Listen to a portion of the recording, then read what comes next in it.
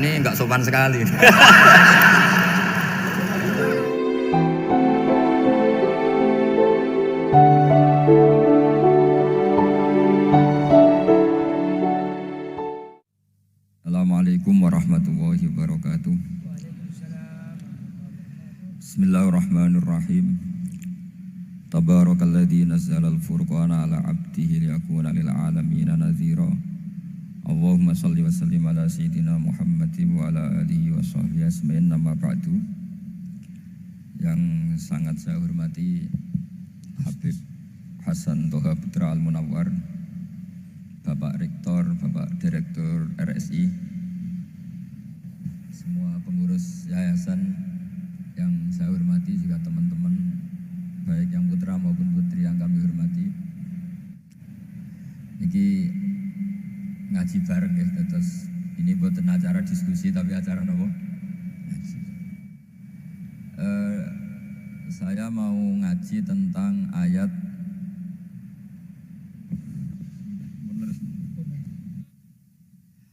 Qul bi fadlillahi wa bi rahmatihi fa bidzalika falyafrahu.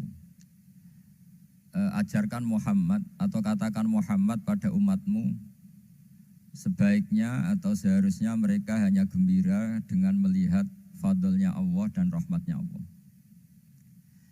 Ini harus kita pahami mulai dari konstruksi yang paling pokok, yaitu akidah.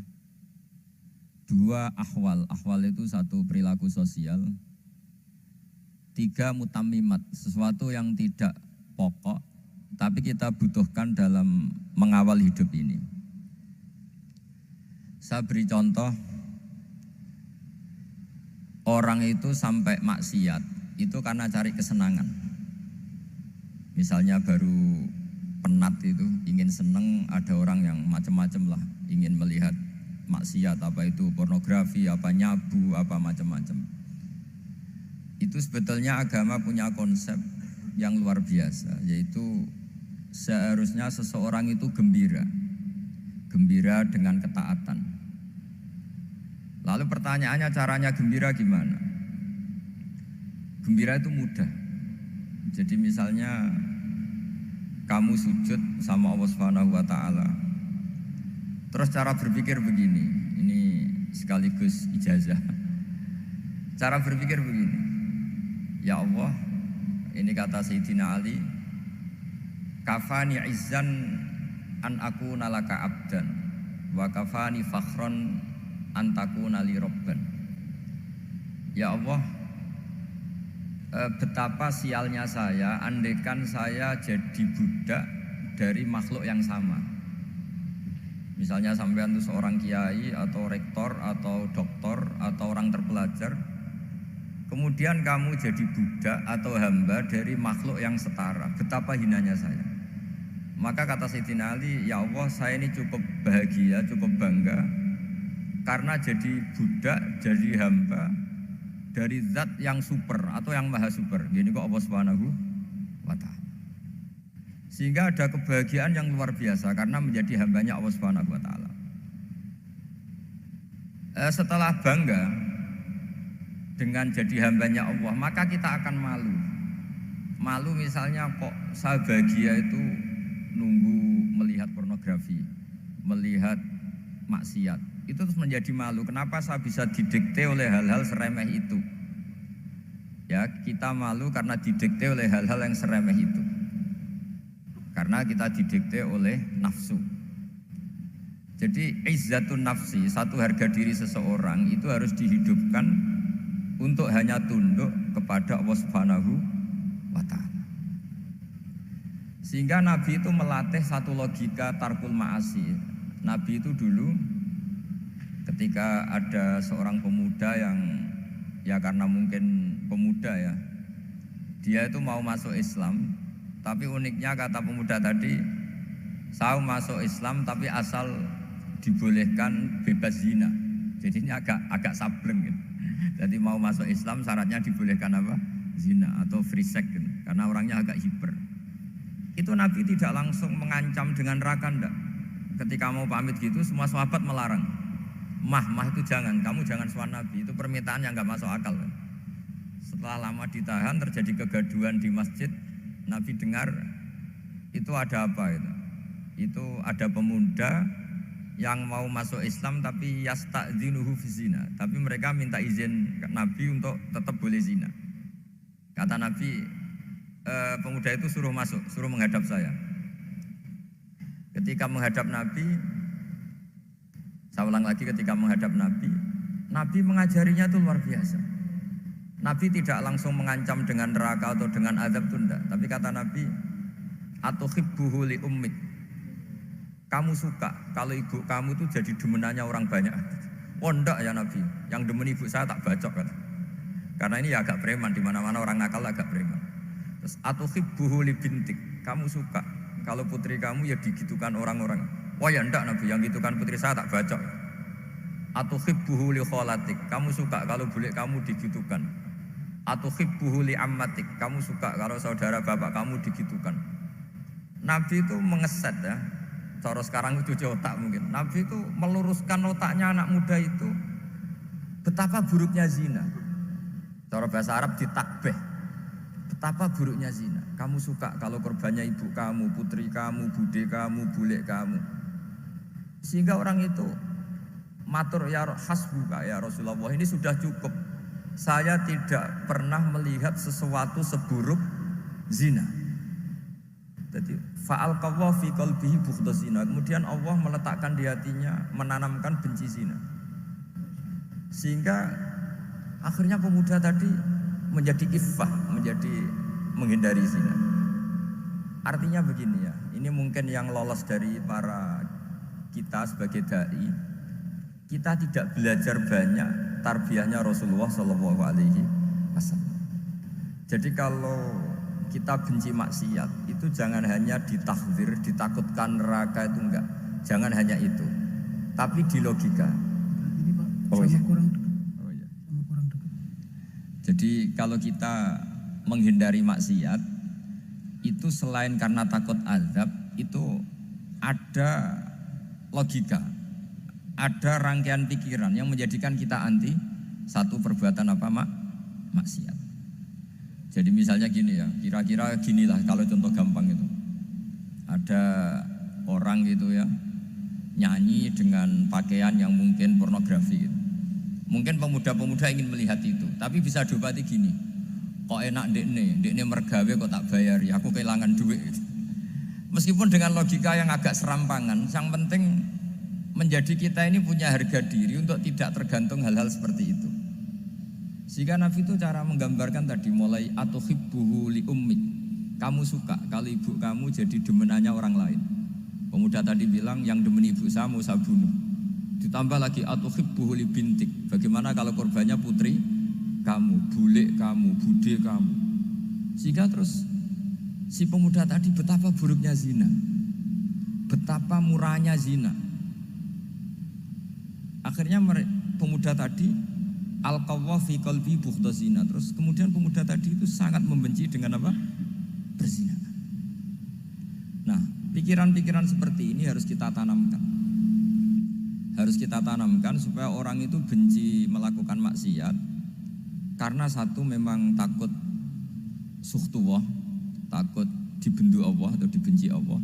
Dua memang logika kita mengarahkan tidak maksiat. Nah ini yang terkait Unisula yang nangani kedokteran, nangani medis.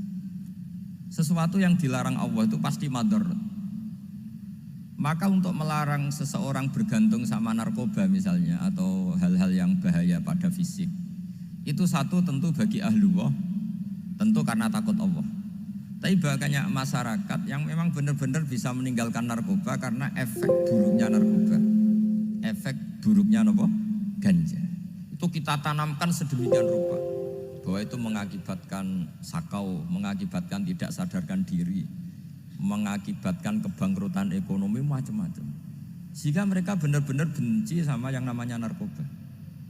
Jadi di antara manhajul Quran itu kalau mentakbih, memburuk-burukkan maksiat itu mesti dikritik innahu kana fahisyah. Innahu kana fahisyata wa makta wa sa'a sabila. Innahu kana fahisyata wa sa'a sabila. Diulang beberapa kali. Sehingga dibutuhkan kecakapan untuk menganggap satu hal yang buruk itu fahsyah, sesuatu yang enggak rasional, sesuatu yang tidak positif, sesuatu yang pasti berdampak negatif. Sehingga kalau misalnya tadi dibacakan oleh qari kuntum khaira ummatin ukhrijat linnasi ta'muruna bil ma'ruf wa tanhauna 'anil munkar. Untuk berhenti dari kemungkaran itu satu takbihun litilkal munkar atau litilkal munkarat, bahwa munkarat itu kita cap, kita stigmasi bahwa itu buruk sekali. Seperti Nabi mengajarkan pemuda tadi, masa kamu suka ibu kamu digitukin lelaki lain, putri kamu, bule kamu, bude kamu, sehingga orang ini pikirannya termindset betapa buruknya zina. Sama seperti kita sukses memindset betapa buruknya narkoba, betapa buruknya bahan-bahan terlarang. Begitu juga seterusnya, terus pengkhianat dan sebagainya. Tapi problem manusia adalah dia itu akan mencari kebahagiaan atau kesenangan sesaat. Maka caranya gimana? Keinginan senang lewat maksiat ini dilawan dengan nyaman dengan taat. Saya ulang lagi, nyaman dengan taat. Sehingga ulama dulu punya kalimatul munajat, artinya kalimat hubungan pribadi sama Allah yang menjadikan orang itu nyaman. Dan ini yang diajarkan kitab-kitab tasawuf. Kitab tasawuf itu sukses mengajarkan melihat alam raya ini semuanya nyaman, termasuk yang mengecewakan. Itu dianggap nyaman. Saya berkali-kali mengajarkan ilmu ini karena ini musalsal ila Rasulillah SAW. Itu pernah suatu saat Imam Ahmad itu dipanggil sama tetangganya, anak muda. Tentu Imam Ahmad ini orang yang sangat soleh, sangat waroi, sangat tunduk sama perintahnya Allah dan Rasul. Pemuda tadi manggil, ya Ahmad, datang ke rumah saya. Imam Ahmad datang. Setelah sampai ke pemuda tadi, sudah pulang lagi, saya tidak butuh kamu. Pulang lagi. Setelah sampai rumah dipanggil lagi, ya Ahmad, datang lagi. Datang lagi. Oh, saya tidak jadi butuh, pulang lagi. Sampai 3 kali. Dan itu perangai ekspresi Imam Ahmad itu atau ulama lain yang sesoleh beliau itu nyaman, indah. Beliau tetap senyum-senyum, nyaman itu. Beliau tidak tersinggung, tidak terprovokasi, pokoknya tidak tersinggung, kelihatan nyaman. Lama-lama pemuda ini terus tanya, ya Ahmad, kamu saya perlakukan seperti ini kok tidak tersinggung? Kamu senyum-senyum saja, happy-happy saja.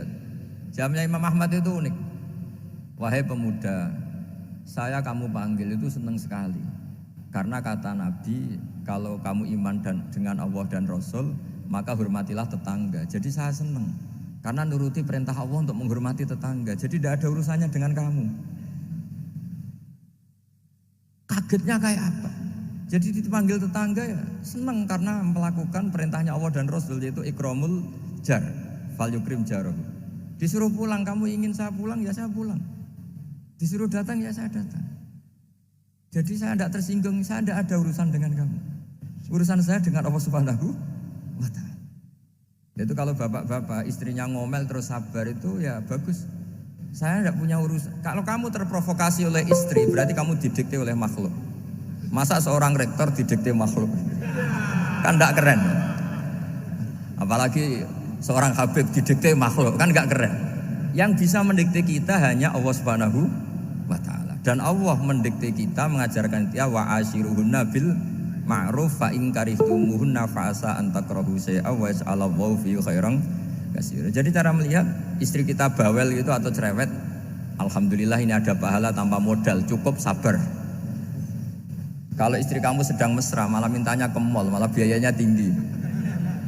Murah mana dapat pahala dimarahin sama saat mesra minta ke mall? Milih yang pertama kan? Nah ya itu tidak usah modal itu. Ya gitu aja. Jadi kalau istri sedang marah bawel, anggap saja ini rezeki. Dapat pahala tanpa apa? Biaya. Nah kalau pas rukun malah nantang ke mall, biayanya malah tinggi. Jadi ulama dulu itu melihat dunia itu happy. Pernah Imam Syafi'i dikasih tahu, orang yang tadi nyium tangan kamu ya, itu di rumah menghujat Anda. Jadi dia sopan hanya di depan Anda, kalau di luar menghujat Anda. Jawabnya Imam Syafi'i lucu.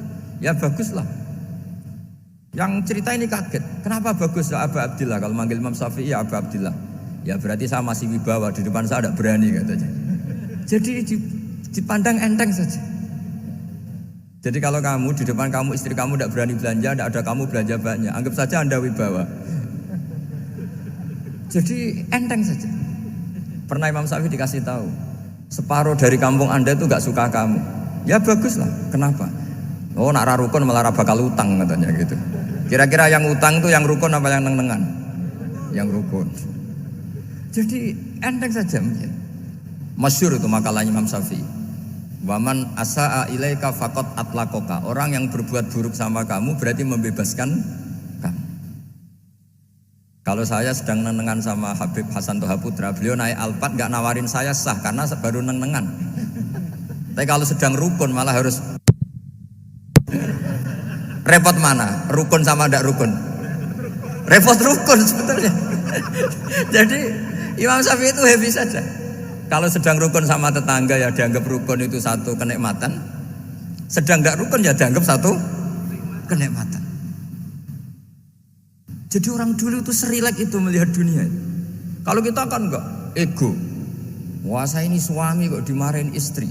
Wah ini egonya bangkit. Padahal egonya bangkit itu ada kebodohan di situ.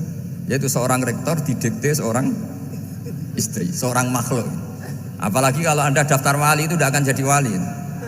Ini wali kok tunduk sama makhluk. Karena didikte apa? Makhluk. Maka Imam Ahmad ketika tetangganya bully gitu ya santai saja, beliau happy. Ketika pemuda tadi eskal janggal, kenapa kamu gak tersinggung ya Ahmad? Memangnya saya harus tersinggung di mana? Kan tak panggil tidak jadi, tak panggil tidak jadi. Hei pemuda, saya ini tidak punya urusan dengan kamu. Saya nuruti kamu karena perintahnya Allah. Saya senang melakukan perintah Allah, harus berbaik sama kamu. Sampai 3 kali. Jadi kebahagiaan ini pula yang harus kita latih dalam melakukan ketaatan. Tapi kalau kita sudah tidak bahagia dengan taat itu bahaya sekali.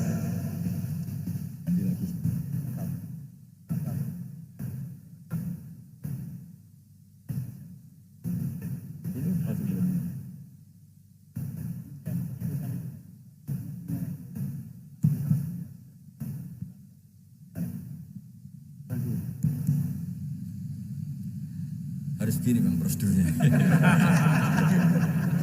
Didikte makhluk itu. Gimana? Didikte panitia. Oh yang baik bagus ini tak. Anut saja.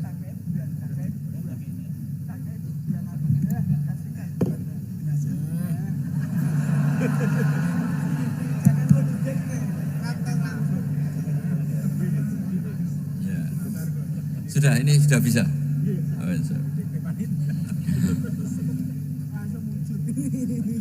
Sudah, ini sudah benar. Untungnya kiainya latihan jadi wali, jadi gak tersinggung. Kalau ndak ini sudah masalah ini. Paling ndak kan baru ngajarkan gitu, masa ada bisa meraktekkan gitu. Jadi pura-pura soleh. Tapi memang obsesi saya terbesar atau cita-cita saya terbesar memang setiap ngaji saya ingin orang mukmin semuanya itu bahagia. Dengan bahagia itu mereka tidak neko-neko ingin mencari kebahagiaan lewat jalur apa maksiat. Sehingga dalam konstitusi ulama yang ditulis di kitab-kitab usul fikih, dan itu kitab yang saya kaji, selalu saya kaji, itu membela-bela sesuatu yang mubah itu sampai luar biasa. Karena melihat mubah itu, misalnya Anda tidur itu berstatus mubah. Anda bermain catur berstatus mubah. Anda rileks sama teman jagungan semalam dengan teman rektor atau dosen atau yayasan, itu melihatnya bukan mubah tapi tarkul maksiyah. Misalnya saya semalaman asik musamarah itu jagungan malam sama Habib Toha Al-Munawwar. Itu awang ngitungnya bukan, wah ini jagungan ngalor ngidul tidak penting tuh, enggak. Malam itu bahak tidak ke dugem, tidak ke tempat maksiat. Sehingga ada ulama yang mengatakan mubah itu enggak ada. Saya ulang lagi, mubah itu tidak ada. Kan umumnya ulama bagikan wajib, ya kan? Haram gitu. Terus diantaranya mubah, sunat, makruh. Ada ulama yang mengatakan mubah itu tidak ada. Kenapa? Logikanya begini, itsma min mubahin illa wa yatahaqqaqu bihi tarku haramimma. Karena tidak ada mubah yang Anda lakukan kecuali saat itu pasti ditinggalkannya sebuah keharaman. Misalnya Anda sedang jagungan sama istri di luar, di rumah, asik di rumah semalaman. Mungkin bahas hal-hal yang ringan.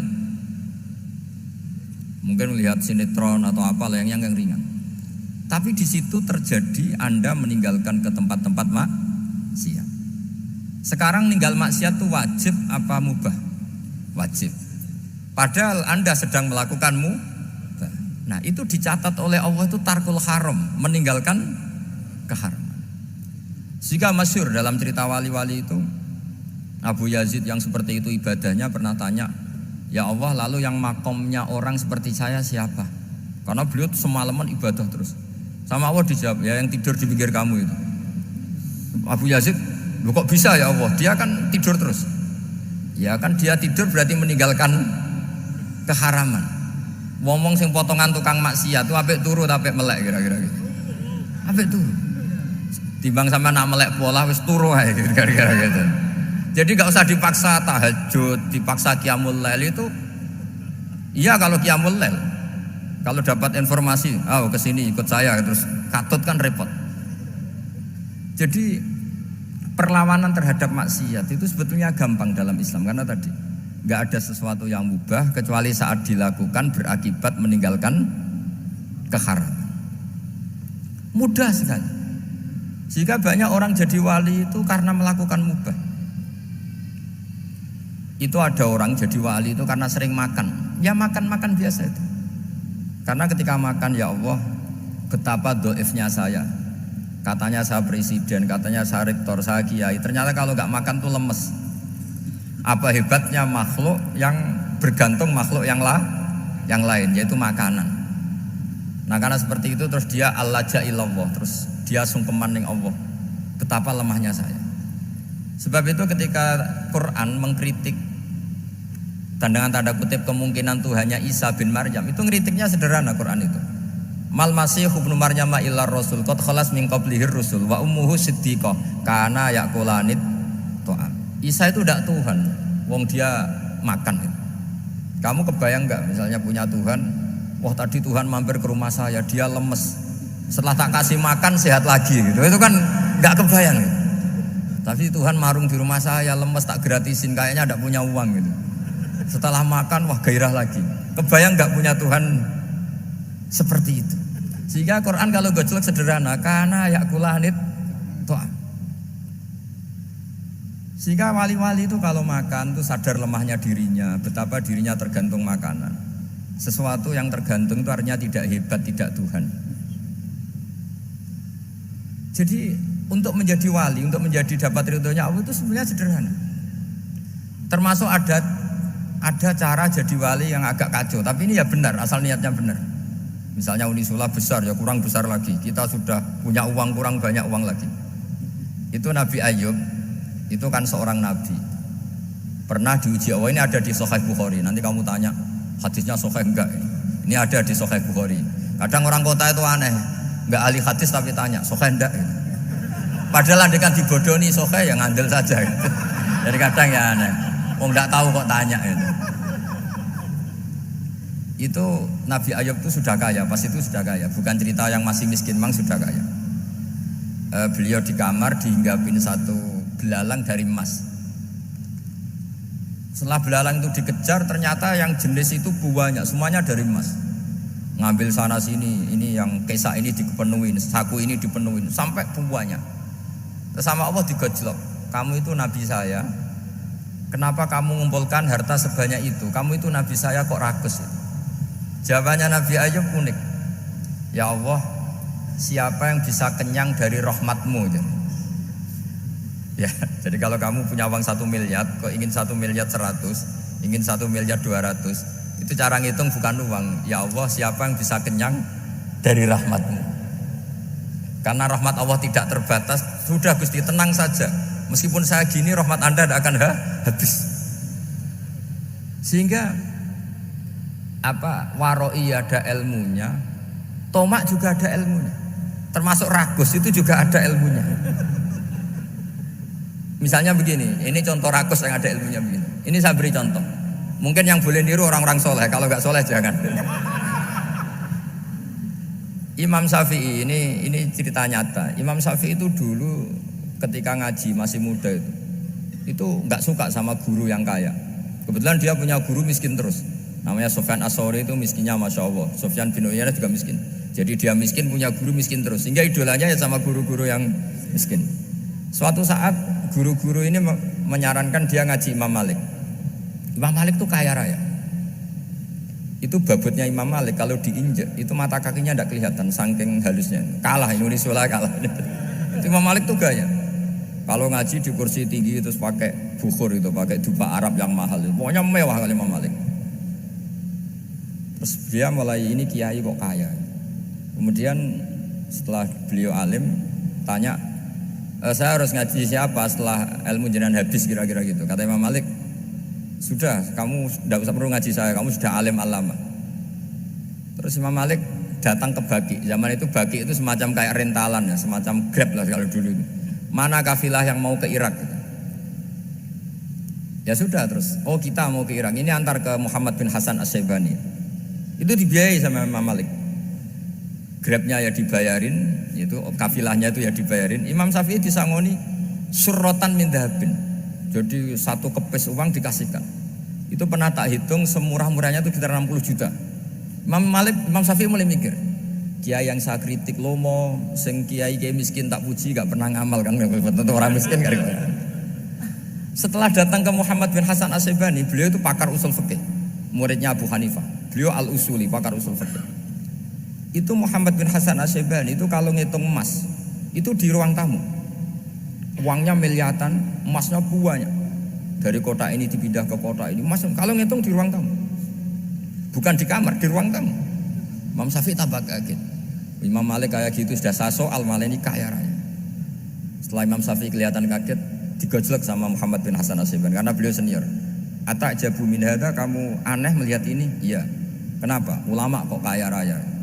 Terus kata Muhammad bin Hasan, ya sudah, uang ini tak kasihkan orang-orang fasik, binti gue demenan, gue nyabu, gue macam-macam. Oh jangan, nanti dipakai maksiat. Pun jenengan mawon sing suka. Semenjak itu Imam Syafi'i rubah mindset. Jadi kalau kampus ini ingin akreditasi A, ingin mulia, ingin apa, kamu ridho kalau yang punya prestasi seperti itu adalah orang-orang fasik. Ridho enggak? Enggak kan? Maka didoakan ini. Nah itu namanya berpikir secara usuli. Kamu jangan hanya nuruti karena berpikir waroi terus kamu benci kekayaan, benci pangkat, benci apa, enggak bisa seperti itu. Karena pangkat dan kekayaan ketika dikelola secara kesolehan maka akan menjadi energi positif yang luar biasa. Semenjak itu Muhammad bin Hasan As-Syaibani berhasil mendidik Imam Syafi'i. Sampai akhirnya keterusan Imam Syafi'i berpendapat kalau orang Islam bisa bikin rumah tingkat kok punya rumah reot itu haram. Akhirnya keterusan. Kalau bisa jadi bupati kok jadi ketua RT juga haram. Karena al-Islam ya'lu wala yu'la alaih. Islam itu luhur bukan bisa diluhurin. Sehingga rata-rata orang Syafi'iyah termasuk kiai-kiai Indonesia itu rata-rata ya agak-agak politikus. Ya agak-agak kedonyan, mungkin sebagian kedonyan tenan gitu. Karena enggak ridho gitu loh. Kalau kesempatan itu dikuasai orang fasik kemudian menjadi kekuatan maksi. Coba kalau bupati itu orang yang fasik. Kemudian programnya supaya rakyat seneng semalaman dangdutan yang purno misalnya. Supaya rakyat seneng dibolehkan dugem, dibolehkan judi. Tapi kalau yang jabat orang soleh kan ada beberapa perda yang menolak penyakit apa? Masyarakat. Jadi kamu jangan melihat bahwa kepangkatan ini hanya sebagai alat korupsi, alat otoriter, enggak. Asal kena orang soleh, maka ini menjadi energi kesolehan atau energi positif. Sebab itu ketika Allah muji para nabi yang soleh, diantaranya disifati apa? Faqad ataina ala Ibrahim al-kitab wal hikmata, terusannya ayat wa atainahum mulkan azim. Dan Nabi Ibrahim dan keluarganya tak kasih kerajaan yang besar. Nah sekarang masih banyak orang yang cara pandang ngapain bikin Unisula yang megah, ngapain berambisi punya akreditasi A dan sebagainya. Menyoal seperti itu salah secara usul fikih. Karena secara usul fikih kesempatan yang baik tentu harus diperjuangkan oleh orang-orang yang soleh. Karena ini supaya jadi otoritas yang positif. Itu dulu ada latihannya. Jadi orang dulu itu gampang sekali ketika milih miskin ditanya, kenapa miskin? Saya ingin hisab saya ringan. Tapi ketika mereka kaya yang soleh, supaya harta ini tidak dipakai orang yang nanti dipakai maksiat. Kita misalnya orang soleh kok mau pangkat, karena kita ada ridho kepangkatan itu dipegang orang maksiat, kemudian menjadi energi maksiat. Begitu juga seterusnya. Maka ulama dulu itu rileks. Sampai Syekh Nawawi Al-Bantani itu nanti bisa dicek di tafsir Qul hal yastawil ladzina ya'lamuna wal ladzina la ya'lamun. Beliau muji-muji ulama. Kemudian ada seorang yang agak hasud mungkin. Tanya begini. Hebatnya ulama itu begini-begini. Terus ditanya, tapi kenapa kita sering melihat ulama ngantri proposal di rumahnya bupati gitu. Sementara bupati enggak pernah datang ke ulama ngaji ihya. Jawabannya Imam Syekh Nawawi itu unik. Ya karena ulama itu tahu gunanya uang, sehingga nyari uang untuk pondok, untuk masjid. Sementara bupatinya tidak tahu gunanya ilmu, maka tidak pernah ngaji. Jadi ya ringan saja. Jadi ya sudah seperti itu. Jadi kalau ada ulama kedonyan, anggap saja karena tahu gunanya uang. Jadi kenapa ulama ngantri di kabupaten, bukan bupati ngantri di ulama? Jawabannya karena ulama tahu gunanya uang, sementara bupatinya nggak tahu gunanya ilmu. Ya kira-kira gitulah. Ada ustadz tidak ganteng, kesensem rondo cantik, karena tahu gunanya ustadz itu. Artinya tahu gunanya kalau saya nikah nanti punya anak jadi gus, kan dia kiai gitu. Tapi rondonya raro gunanya dia karena miskin gitu. Jadi ulama dulu itu rileks, menafsirkan apa saja itu rileks, termasuk saat terpojok itu rileks. Karena semuanya dianalisis pakai ilmu. Sehingga ciri utama wali itu apa? Ala inna awliya Allahi la khaufun alaihim walahum yahzanun. Enggak ada rasa takut, enggak ada rasa gampang. Karena melihat sesuatu itu gampang saja. Saya ulang lagi, melihat sesuatu itu gampang saja, ringan. Saya beri contoh ya betapa pentingnya mindset ya, cara berpikir. Orang itu menjadi kikir itu karena nganggap hidup itu lama dan uang itu penting. Kalau zaman Nabi itu sederhana kalau melihat hidup. Pernah suatu saat Nabi itu punya jatah makan. Karena Nabi itu hidupnya juga pas-pasan. Jadi Nabi itu unik. Beliau di satu sisi kaya raya, bisa ngurmat Abu Hurairah, Ammar, Suhaib. Ashabu Sufa itu dirawat Nabi semua. Itu kan kaya, bisa ngerawat sekian orang. Tapi di sisi yang lain untuk pribadinya beliau miskin. Kadang nggak bisa makan hari itu. Tapi di saat yang sama bisa merawat Ahlus Sufa. Jadi keliru kalau orang hanya cerita Nabi itu miskin, untuk makan dirinya aja susah. Itu keliru. Kelirunya kalau tidak diteruskan, tapi Nabi mampu menghidupi Ahlus Sufa. Singkat cerita jatah makannya Nabi itu dikasihkan orang ketika Nabi ditanya, ya Aisyah, makanan jatah saya di mana? Oh ya Rasulullah, tadi ada orang minta tak kasihkan, maka makanan itu habis. Apa kata Nabi? Kamu salah Aisyah. Yang kamu kasihkan itu justru yang masih. Ya yang kamu kasihkan itu justru yang masih. Sehingga Nabi menganggap, makanya Nabi terus ngendikan. Ya kalau mukhatabnya lelaki ya kira-kira begini. Wahallaka min malika illa ma akalta fa'afnaita walabista fa'ablaita. Terus tanya wa tasaddaqta fa'abqaita, kata Nabi. Harta kamu ya kamu makan kemudian ke WC jadi kotoran, atau punya pakaian mewah nanti rusak. Wa tasaddaqta fa'abqaita. Ada yang kamu sedekahkan yaitu yang abadi sampai akhir. Sehingga banyak pengusaha yang mencintai saya setelah tak ajari hadis itu. Misalnya punya uang 1 miliar karena dia spekulan atau pedagang rawan bangkrut, disedekahkan ke masjid 50 juta, yaitu yang abadi. Jadi kalau suatu saat bangkrut, dia masih punya uang 50 juta di akhirat. Jadi Nabi itu mengajari sedekah itu apa? Ya sedekah itu pengabadian uang. Kalau kita kan enggak, bilang sedekah itu nguras uang. Itu pikirannya setan dan pikirannya orang Islam. Itu cara berpikir setan, bukan cara berpikir umat apa? Sehingga Sayyid Ali Zainal Abidin itu kalau ada orang minta, kemudian beliau ngasih, itu beliau bilang gini, marhaban biman hamala zadi ilal akhirah. Matur nuwun nggih jenengan sing beto sangu kula nate. Jadi dianggap teller saja. Orang yang minta uang beliau itu dianggap tukang nyatet bank ini. Karena sudah ditabungkan, ya sudah. Kalau kita kan enggak, wah pengemis tuh ganggu gini-gini. Kecuali pengemis profesi ya mungkin kita agak-agak enak. Mari zaman akhir tuh ada pengemis apa? Profesi. Jadi repot teman. Terus tak beri contoh lagi kebahagiaan ketika kita milih Islam moderat. Islam kita diajarkan guru-guru kita, utamanya oleh guru kita Mbah Maimun.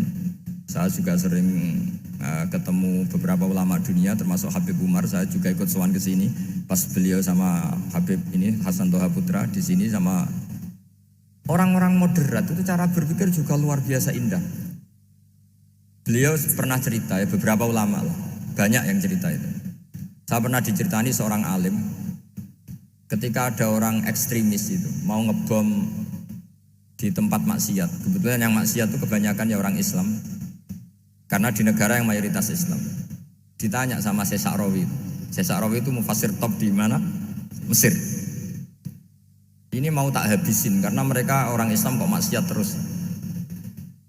Terus ditanya sama Imam Sa'rawi, laumatu ala khini ma'asihim aina masiruhum.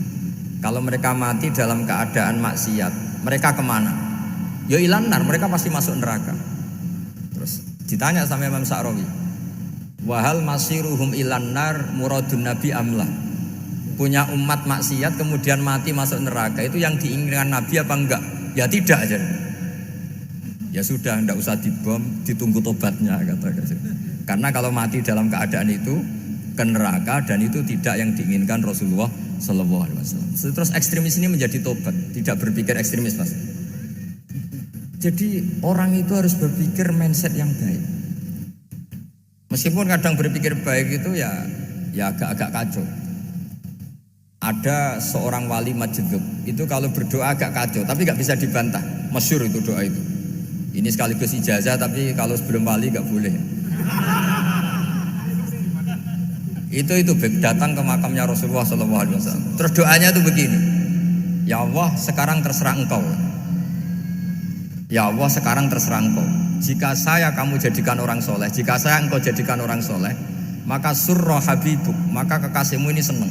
Yang susah musuhmu yaitu setan. Tapi kalau engkau menjadikan saya orang fasik, maka yang susah kekasihmu, yang senang musuhmu. Jangan punya dua pilihan itu. Wah itu kan doa tapi kayak teror itu. Ya jadi berdoa di Raudhah. Wah itu pasti mandi itu karena agak-agak maksa Tuhan itu. Ya Allah engkau punya dua pilihan. Jika saya jadi orang soleh, maka kekasihmu ini senang. Musuhmu yang susah yaitu setan. Tapi jika saya jadi orang fasik, maka musuhmu yang senang, kekasihmu yang susah. Mohon terserah jenengan, mau menyenangkan kekasihmu apa menyenangkan musuhmu gitu. Kira-kira gimana? Kalau tertarik boleh doa itu dipraktekkan. Tapi kayaknya kalau copy paste itu gak keren apa? Jadi dulu orang itu muamalah sama Allah dan Rasul itu rileks. Rileks itu nyaman karena ya tadi kul bi fadlillah wa bi rahmati fa bidzalika falyafrah.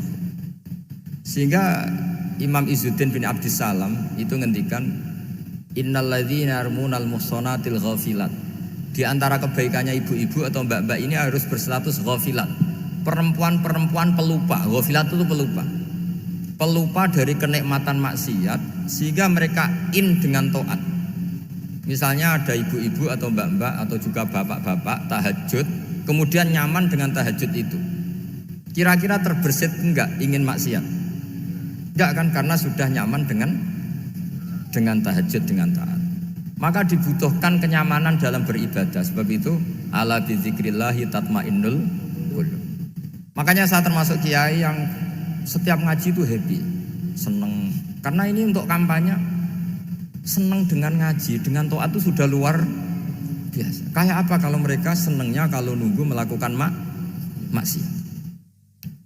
Jadi termasuk bentuk perlawanan kita terhadap maksiat adalah usahakan kamu itu bahagia.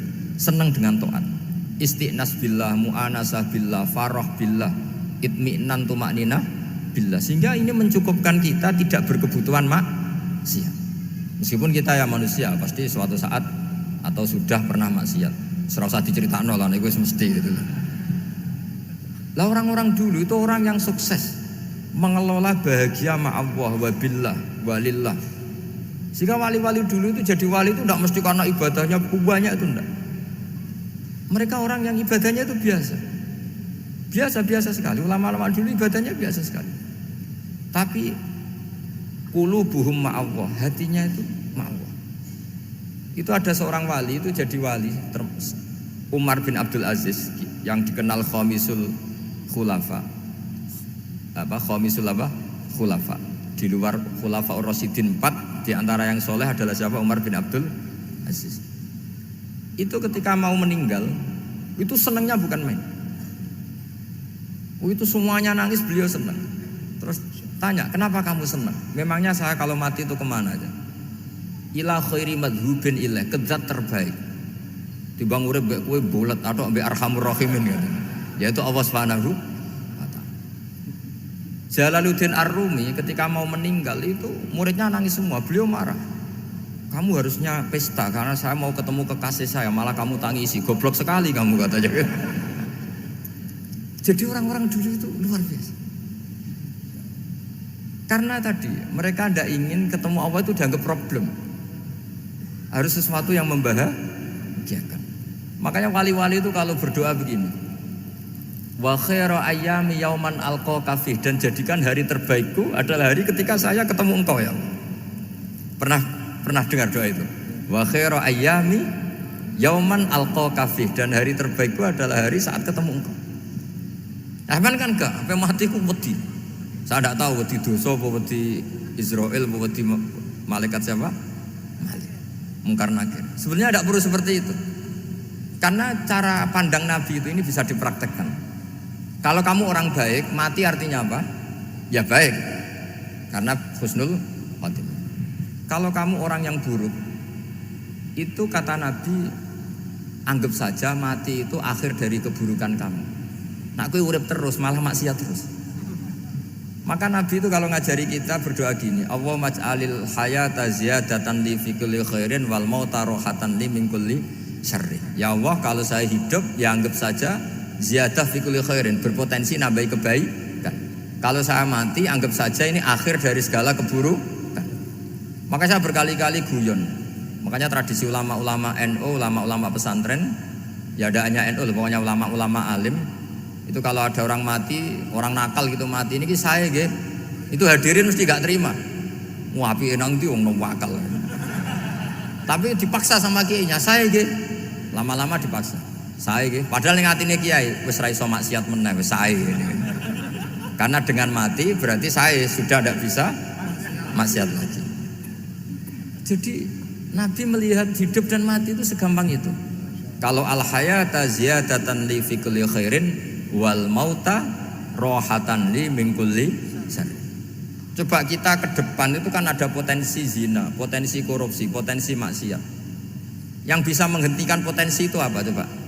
Mati ya, udah pinter ya. Sudah maju berarti. Berani mati. Berani. Tapi jangan di sini ngel-ngelo panitia. Artinya yang selama ini kita risau dengan kematian, dengan apa? Nabi ngajari kita tadi. Allahumma ij'alil hayata ziyadatan li fi kulli khairin wal mauta rohatan li min kulli syarr. Ya Allah, jadikan hidup ini sebagai bekal menambah kebaikan, dan suatu saat kalau saya mati, semoga itu akhir dari segala keburukan. Jadi artinya Nabi itu ngajari kita itu positif terus. Sama seperti ulamanya tadi. Nak lagi rukun mbek tonggo ya sanggep ae kanca keapian. Nak nenengan ben ra utang ngoten. Dadi pokoke penak terus itu. Nak bojo lagi ngamuk alhamdulillah gak ngajak blonjo. Nak pas rukun ya alhamdulillah kok lagi rukun. Jadi gampang semua.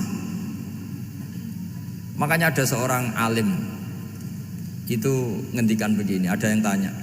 Saya tuh dulu ketika kaya, teman saya sering main ke saya. Setelah saya miskin gak ada teman-teman yang ke saya. Dikira si Habib ini kebetulan orangnya Habib itu mendukung keluhan dia. Ternyata enggak. Si orang alim itu bilang gini, malah bagus toh gitu. Kowe wis melarat buruhe wong. Ya sudah kamu miskin buruhnya orang lain. Misalnya tukang manol di pasar atau tukang becak. Kemudian teman-teman kamu datang, malah kamu malu tuh jadi tontonan. Bagus kalau mereka lupa pas kamu miskin enggak ada yang lihat katanya. Jadi apa ya, dianggap enteng saja gitu. Akhirnya orang ini nggak jadi ngeluh. Selama ini kan kita ngeluh ya ketika miskin teman-teman nggak datang.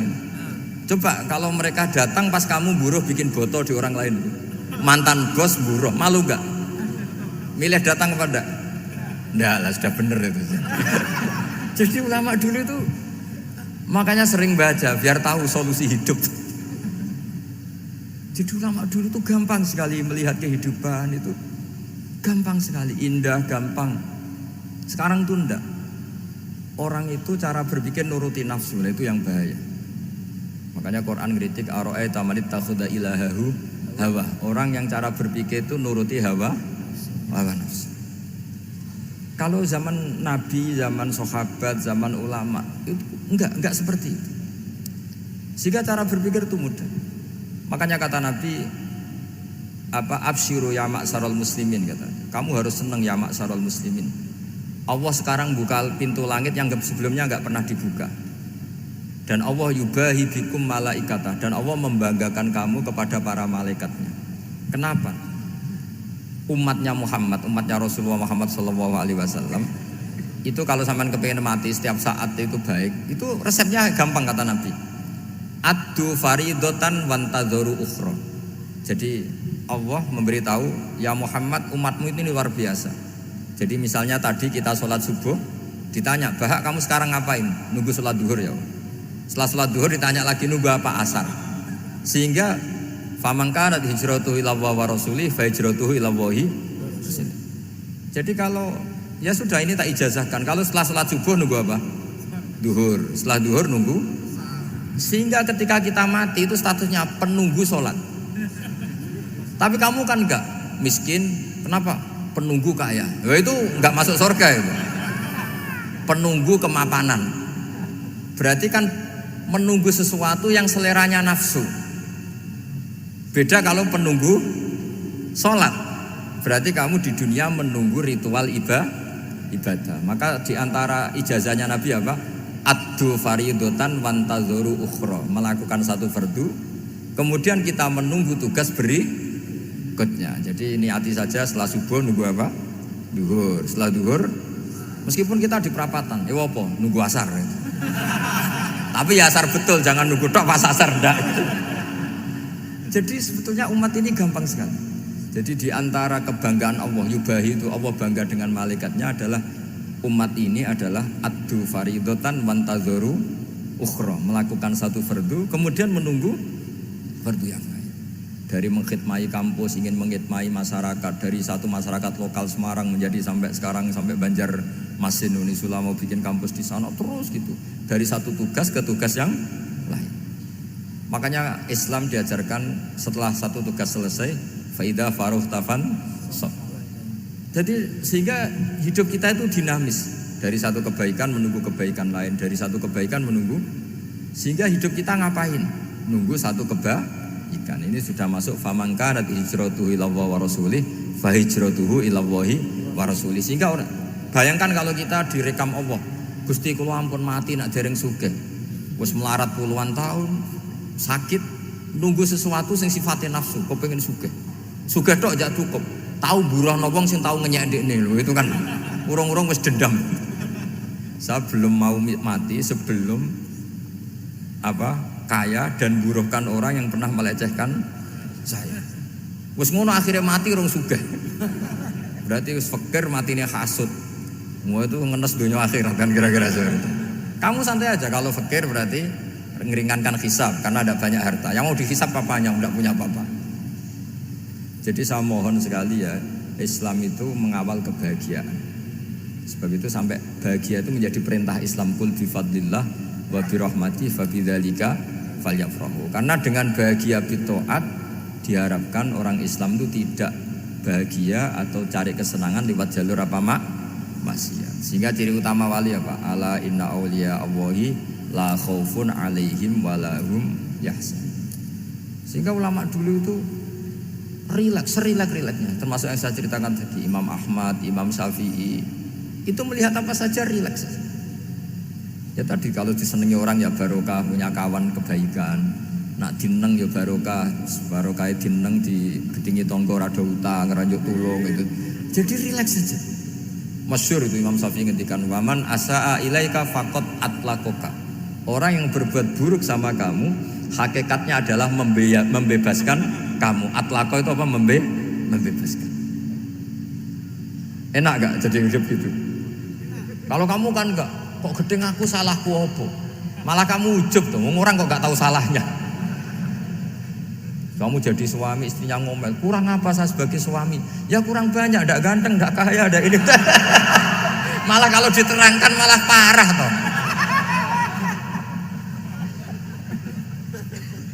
Ya sudah rileks saja. Kalau dia ngomel ya tadi, alhamdulillah dapat pahala tanpa apa? Biaya. Terus ngomel kan butuh energi, paling yang ndak kuat 3 jam. Nanti juga berhenti apa? Sendiri. Terus ambil nilai positifnya, misalnya ngomel sama suaminya, bagus lah. Kalau ngomel sama tetangga malah kayak apa gitu aja udah. Jadi ulama dulu itu gampang sekali melihat hidup. Rasulullah ya gitu, melihat hidup tuh gampang saja. Ketika tanya, ya Aisyah apa ada sarapan? Tidak ada ya Rasulullah, ya sudah saya tak puasa. Jadi enteng saja. Kadang-kadang beliau ingin puasa ya puasa sunat, ada sarapan nggak jadi puasa. Rileks. Nabi itu rileks. Kalau ngajari kebaikan juga rileks. Nah sekarang itu banyak orang yang karena mungkin kurang baca, Islam itu kayak menjadi aturan yang bengis, yang repot, yang mengekang. Itu tidak seperti itu. Yuridu wa bikumul yusra wala yuridu bikumul usra. Allah menghendaki agama ini mudah. Sehingga ada sahabat di Imami Mu'ad itu baca Baqarah. Sahabat ini pekerja petani, mufarokoh ditinggal. Ketika Mu'ad lapor, ya Rasulullah ini ada orang munafik, tengah-tengah sholat mufarokoh saya ditinggal. Yang disalahin itu tidak yang ninggal tapi Mu'ad. Afattanun anta ya Mu'ad, kami itu tukang fitnah. Masa ngimami petani pakai surat Baqarah? Jadi yang disalahkan ini imamnya. Kalau kamu jadi imam, sholatnya ya yang cepat. Makanya terus banyak orang kecepetan karena tadi. Jadi Nabi itu enteng sekali. Jadi apa ya, Nabi itu beda dengan yang kita bayangkan, beda. Nabi pernah ngaji di masjid, kemudian ada tetangga lewat pakai cangkul ke kebun. Semua sahabat gerutu, ini orang tidak benar, ada Nabi ngaji ditinggal saja ke kebun, tidak ikut ngaji.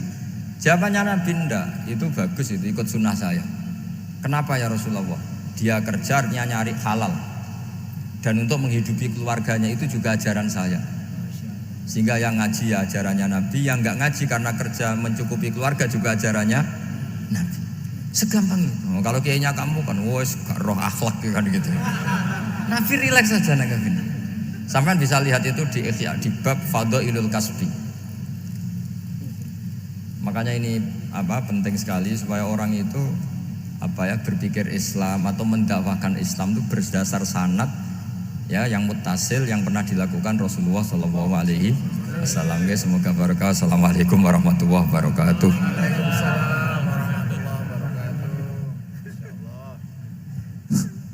Halo. Terima kasih kami sampaikan atas pencerahan yang disampaikan oleh Gus Baha. Alhamdulillah ini masih ada waktu yang sangat panjang sehingga kita akan buka sesi tanya jawab.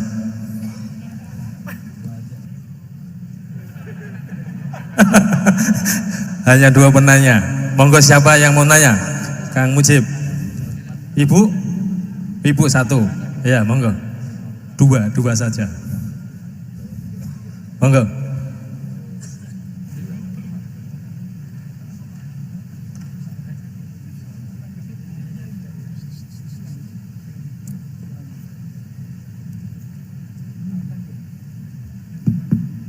Assalamualaikum warahmatullahi wabarakatuh.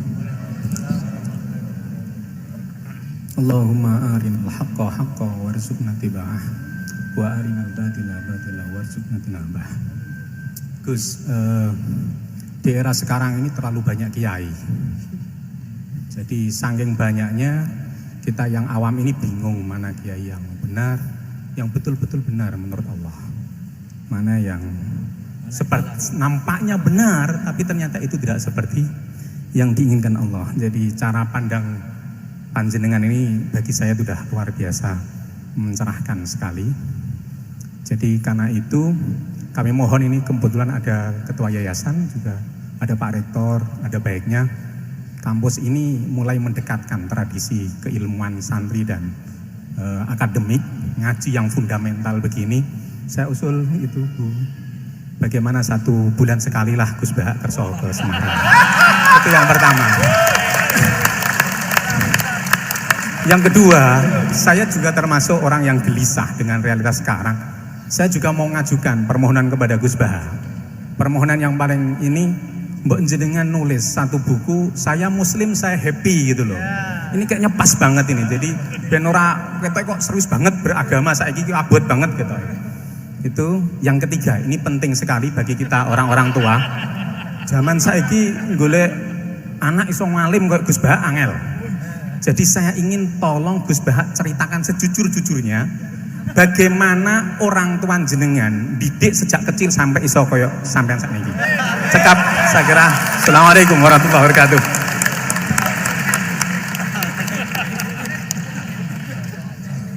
Yang kedua, monggo. Mohon dibantu mic.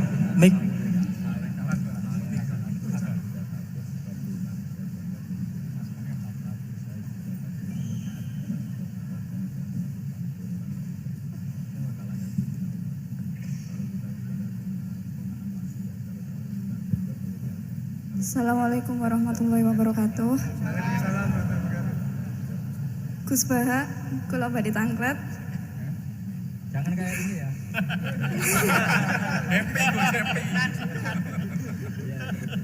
Untuk perempuan, hakikatnya menutup aurat niku pripun?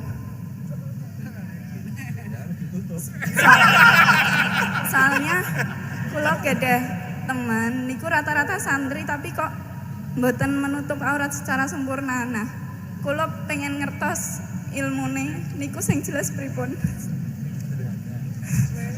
Sampun.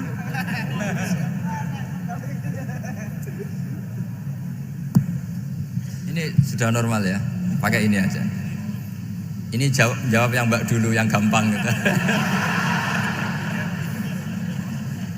Ya yang jelas itu satrul aurat itu ada yang fisik ya, kayak menutup aurat dalam madzhab Syafi'i kita tahu auratul mar'ah fis sholat itu ada pengecualian ilal wajah wal kafain. Tapi kalau khorijah sholat adalah jami'u badaniha dalam madzhab Syafi'i. Tapi dalam sebagian ulama mengatakan ilal wajah wal kafain tetap termasuk istisna di luar sholat. Itu dari segi fisik ya atau zahir. Tapi sebetulnya juga harus dilakukan satrul aurat secara maknawi, menutup sesuatu yang buruk. Artinya kan gini ya, aurat itu kan sesuatu yang buruk kalau kelihatan ya. Sehingga misalnya kasus di beberapa negara mungkin fisiknya sudah benar ditutupin tapi mungkin tetap maksiat.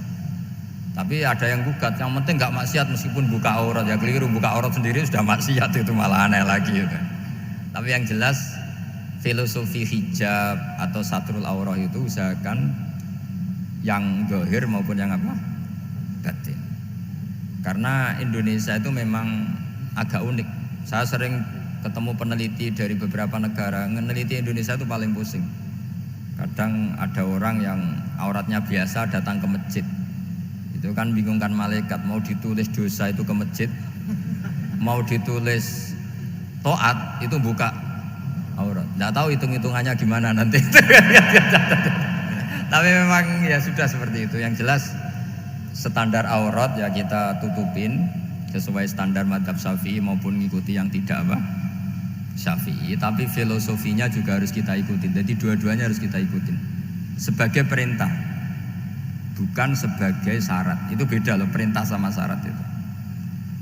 Sebagai perintah, bukan sebagai syarat. Kalau sebagai syarat itu begini, syaratnya orang Islam tuh harus nutupi aurat begini-begini. Nanti kalau yang enggak gitu dianggap tidak Islam, itu menjadi ekstrim. Tapi kalau sifatnya perintah, ya perintah saja. Yang enggak melakukan paling banter dianggap fasikoh atau tidak solihah, tapi tidak sampai menjadi keluar dari Islam. Ya jadi gitu ya. Jadi karena apa ya? Ya sudah seperti itu. Obsesi kita tentu ingin kesolehan. Ingin kesolehan sebagai perintah, saya ulang lagi.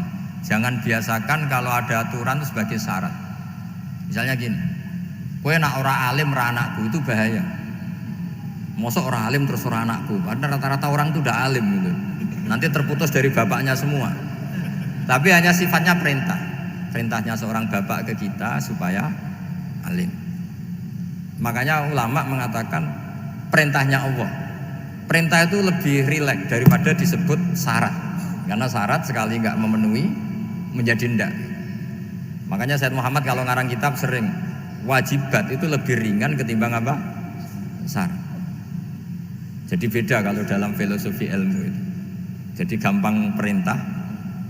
Tentu yang nggak melakukan perintah itu ya kurang baik, tapi tidak sampai keluar dari apa? Islam. Karena perilaku kesolehan itu perintah, bukan syarat. Sehingga Nabi nanti ngendikan beberapa yang masyhur itu kan, syafaati li ahlil kabair min ummati. Meskipun umatnya yang nggak benar ya tetap diakui sebagai umat. Jadi beda. Perintahnya Nabi sih semuanya kalau bisa soleh.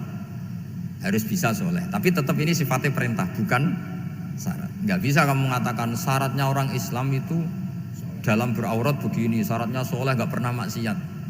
Memangnya Nabi nggak pernah maksiat? Ya saya kira demikian ya, cukup ya.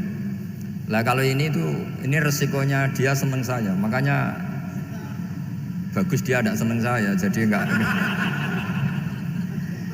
Jadi ini kalau seneng saya malah ngatur-ngatur gini. Ya.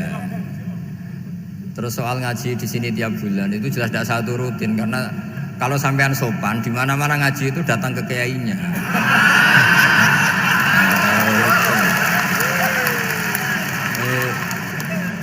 Itu kalau Imam Malik ada pertanyaan kayak Anda dimarahin, al ilmu yu'ta la ya'ti. Jadi sumur itu didatangin, bukan sumurnya dipindah. Ini enggak sopan sekali.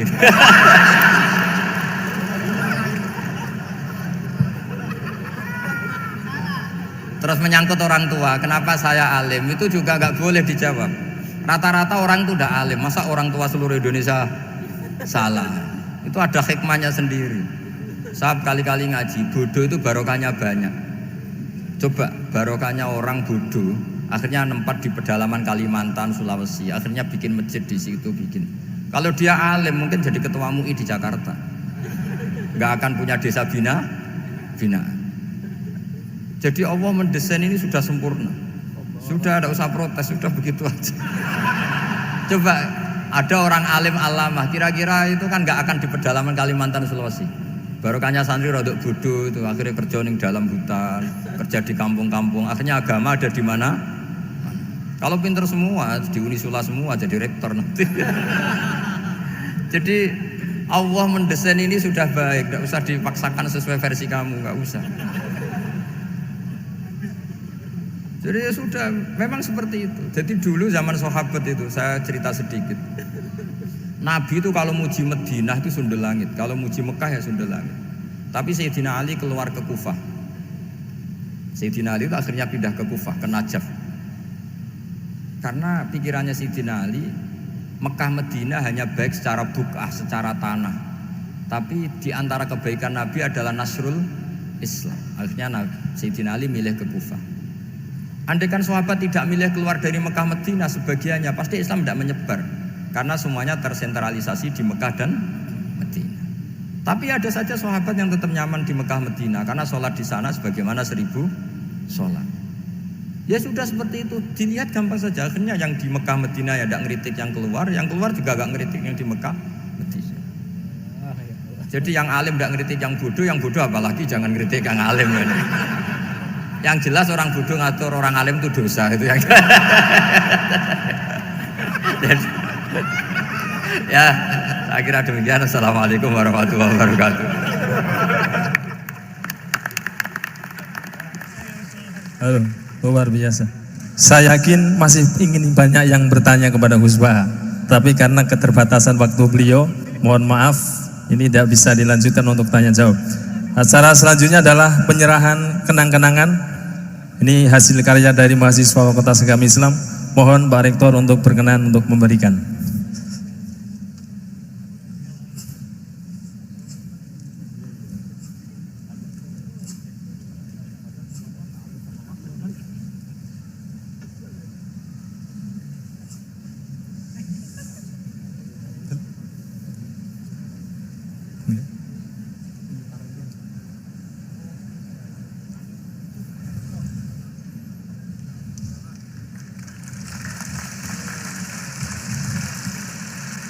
Mohon hadirin untuk tidak bubar terlebih dahulu, kita akan berdoa bersama.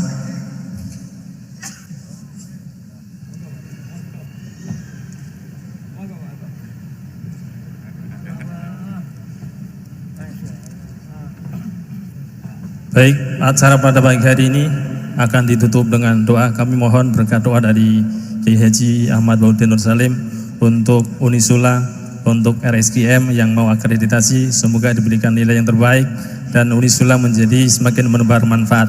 Monggo Gus. Bismillahirrahmanirrahim. Nas'aluka bi anna lakal hamda la ilaha illa anta al-hanan al-manan ya badi'as samawati wal ardi ya hayyu ya qayyum ya dzal jalali wal ikram. Antarzuquna ya bi haqqi habibika Muhammad su'alana ya Allah wa tujiba ya Allah du'ana wa anta khairul mujibin wa anta ya Allah khairul mu'tin.